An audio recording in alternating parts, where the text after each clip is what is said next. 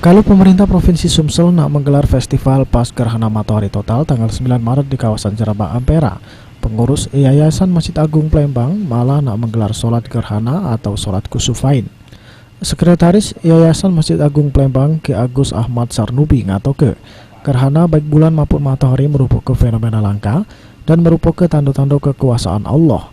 Umat Islam dianjurkan untuk sholat gerhana 2 rakaat dan disunahkan untuk banyak berzikir, bertaubat, berdoa, dan merenungi kekuasaan Allah yang jadi gerhana matahari tersebut.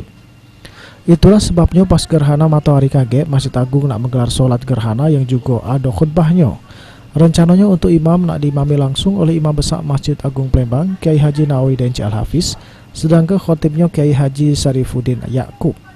Kegiatan ini dimulai dari sholat subuh berjamaah terus nyambung sampai terjadi gerhana matahari. Ditargetkan jumlah jamaah yang melok sholat gerhana pacak nyampe 1000 jemaah.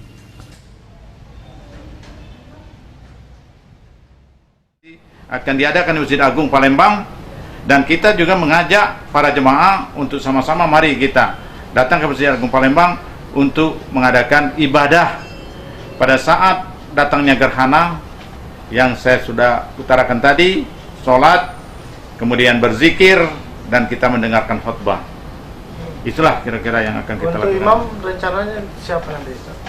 Nah, pada saat sholat gerhana, maka yang akan menjadi imam adalah imam besar kita, Bapak Kiai Haji Ustaz Nawawi Denci Al-Hafiz, dengan khotib Bapak.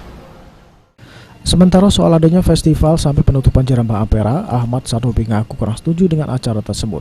Sebab didekati ajarannya juru agama Islam merayakan gerhana matahari dengan pesta, namun justru harus banyak merenung. Wibisono, PAL TV.